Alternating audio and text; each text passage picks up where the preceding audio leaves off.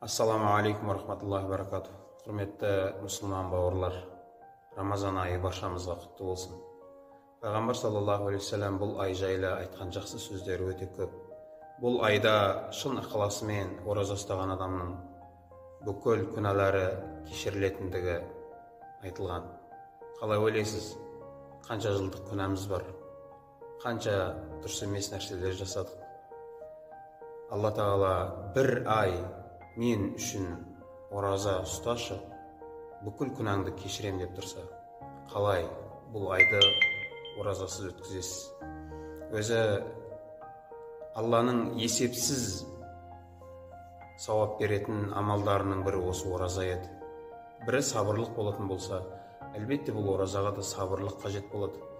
Сабырлыққа да Алла тағала есепсіз сауап берем деген. Және Рамазан айына да, оразаға да Алла тағала періштелер есептей алмайтын есепсіз сауаптар береді. Сол айда құр жіберіп алмайық. Кейбір бауырларымыз айтып жатады, мен жаңағы бір жігіт айтып жатыр,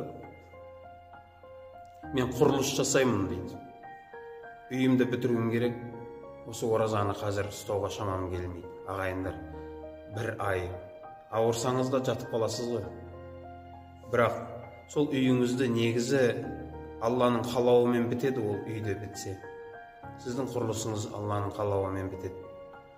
Осы ай бірақ қайттан келмейді ғой. Бұл айды жіберіп алмайық. Ораза ұстайық бауырлар.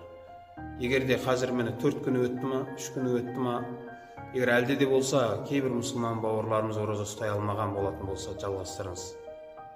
Оразадан кейін қалған күніңізді жеткізіп бересіз.